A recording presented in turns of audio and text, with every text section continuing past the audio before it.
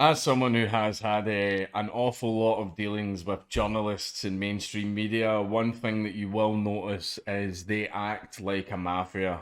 They do like the whole, like, we can make your life very difficult if you don't cooperate with us. That's something that they do. That's something that I've experienced.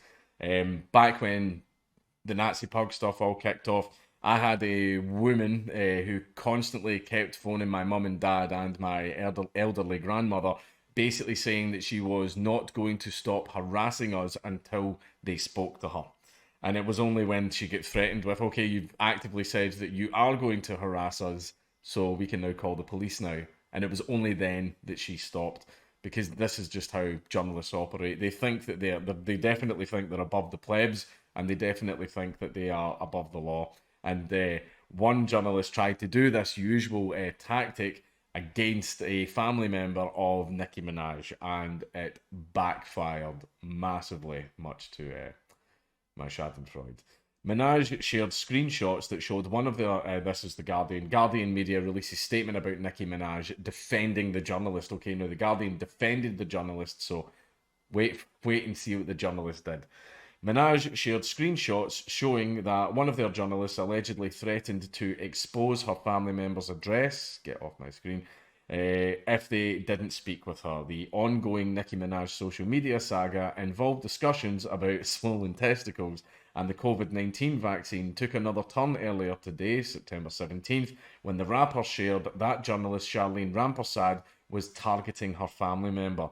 Minaj uploaded screenshots to her social media accounts showing someone from Guardian Media threatened to expose her relative's address and seemingly harassed them, and soon the Barbs fell in line and targeted the journalist.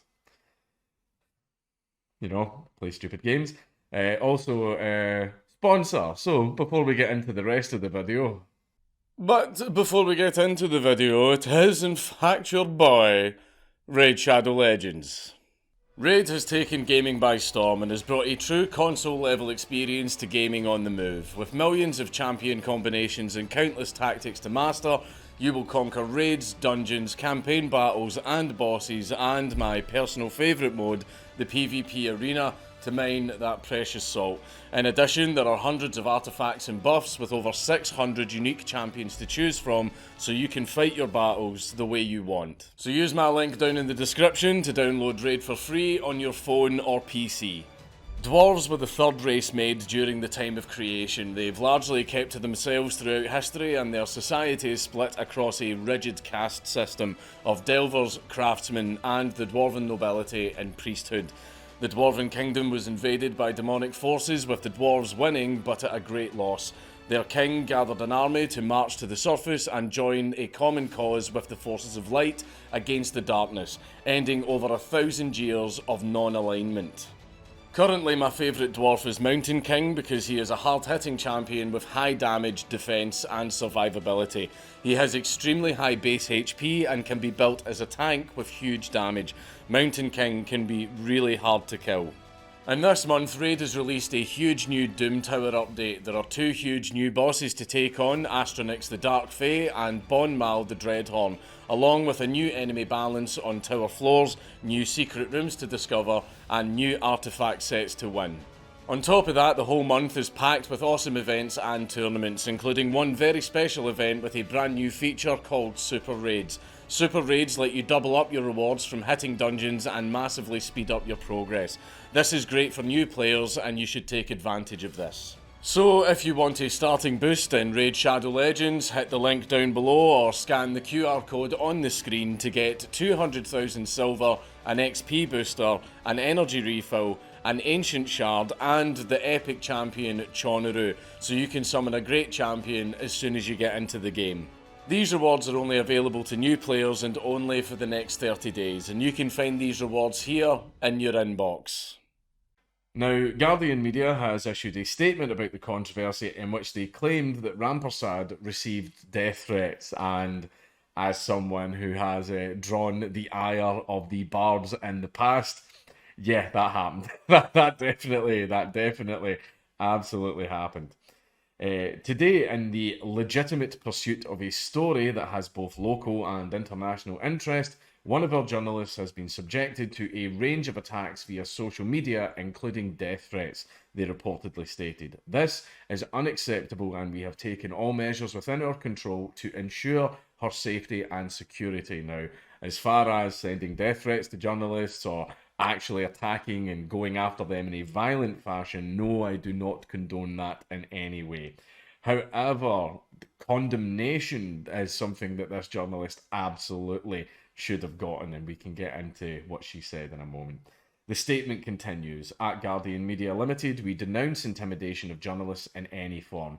Balanced reporting which presents all perspectives is fundamental to the democratic process. The Guardian do not represent all perspectives, and we will continue to champion vigorously the freedom of the press. Now, when they say that, they mean freedom of the press that they like and are part of their little club. If you are an independent journalist that does not toe the line, they will actually go out of their way to shut you down.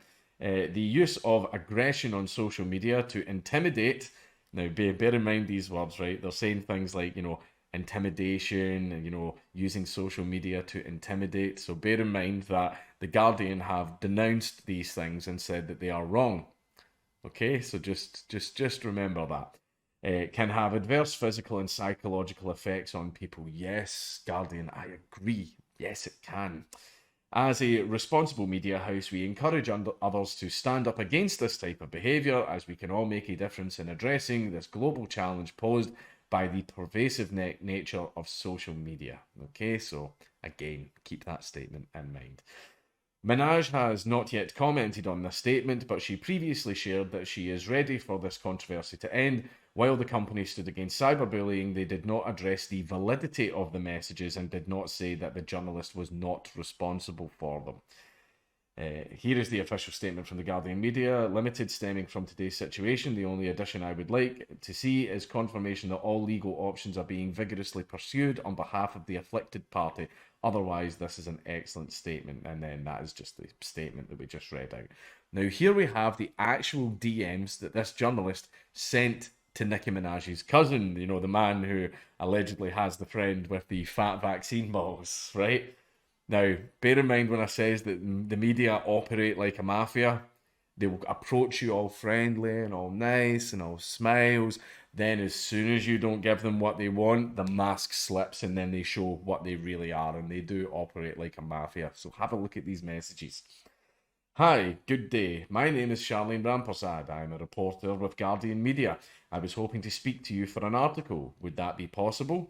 And you can see there's a few hour delays between these messages. Was it your friend Nicki was speaking about in her tweets about the fat vaccine balls? Mr. Daniel? Hey, good evening. Have you considered speaking to me? I'm hoping to have a conversation with your friend. Right, so basically this is the journalist trying over and over, and Nicki Minaj's cousin is making the very, very smart decision of not speaking to the press, not speaking to mainstream reporters, especially ones at The Guardian. Whenever you're involved in any kind of controversy whatsoever, and I mean, he probably didn't ask for this. He probably was just messaging his cousin going, oh, hey, my friend's got some fat balls, right? That was all that he did.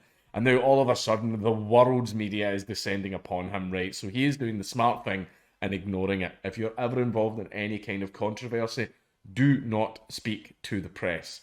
Do not talk to them. They do not have your best interests at heart.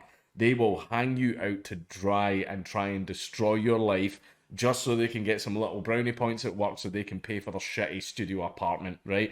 See, them being able to afford all their Starbucks coffees in the morning matters far more to them than your well-being, right? See, to them, you are a means to an end. Your life does not mean anything to them. Your well-being means nothing to them. So do not speak to them. That is the best advice that I can give, right? These people are demons. They're demons, right? They're serpents. Just don't speak to them.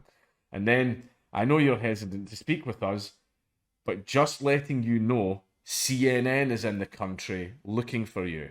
And when they find you, they won't hesitate to reveal where you live or where your girlfriend lives. Anything and anyone who is tied to you. But if you speak to me, we won't reveal those details. So what do you say? Like I said, see that threatening a random member of the public with doxing in the international media because they didn't remember what I said. They'll be nice to you at first, and then as soon as you don't give them what they want, the mask comes straight off with a yeah, I would like to talk to you. Yeah, oh, you're ignoring me. Talk to me, or I'll ruin your life. Like honestly, like, and the Guardian defended this. The Guardian went, oh, I can't believe people are trying to intimidate our journalists. She just tried to intimidate a random member of the public who wanted nothing to do with us. Just because he didn't want to speak to her, he doesn't fucking have to, right? It's basically, if he doesn't want to speak to the media, he doesn't have to. But here she is trying to coerce him and intimidate him by, yeah, we'll tell everybody where you live. Speak to us, if you give us what we want, then, we won't absolutely ruin your life. And the Guardian defended this. The Guardian defended this. And the reason they defend it is because, see, when a journalist does it, they go, oh no, that's normal, that's fine. So, because see to them in their eyes, see what she just did? They're not wrong for doing it. And the reason they're not wrong for doing it is because they think, oh, that's just journalism. That's just journalism. Now, what are you talking about? We were just doing journalism. Because journalists think it's okay to act like this. They think it's okay to threaten random people with destroying their lives just because you won't give them a quote for your little stupid article. Right? Remember when I said don't talk to the press? This is why. This is why. Journalists, man. Again, hashtag not all. Hashtag not all journalists, right? And then there's just some tweets and everything talking about, Trinidad and Tobago and all that as well. And here we are at the end of the article. So Nicki Minaj tweeted out the screenshots of this conversation because obviously Nicki Minaj's cousin must have been shitting himself. He must have been panicking, going, oh, fuck. Like, and he obviously tweeted it to Nicki because, Nicki Minaj is Nicki Minaj and went, like, help me. I guarantee you that the message said that. It was him going, look what they're sending to me, help me. So Nicki Minaj took these screenshots and posted them out on Twitter, and it revealed the contact details of the journalist in question as well as her name. And then everybody started intimidating her. Now, again, with the experience I've had with the Barbs, who are Nicki Minaj's fans, they definitely would have taken it too far. I don't even need to see the things that they said. I can already tell you that they definitely took it too far. I mean, these people, when I drew their attention, they were threatening to kill me, my wife, and my baby, and everything, right? So yeah, they took it too far, right? And I don't condone that. However, the Guardian saying we will not tolerate the intimidation of one of our journalists because one of our journalists tried to intimidate a random member of the public, right? Hypocritical bastards. Absolute hypocrisy. But in their eyes, that's just what journalism is. If you want to get ahead in this world, you're going to need to ruin the lives of, a few people that you don't know and don't care about. In order to do this type of journalism, you don't need just a weak moral compass. You need to just kind of throw your moral compass in the bin, right? So I don't condone what happened to the journalist after. However, the journalist's behaviour was beyond disgusting. Absolutely disgraceful, shitty behaviour. But hey ho, that's just what modern journalism's become.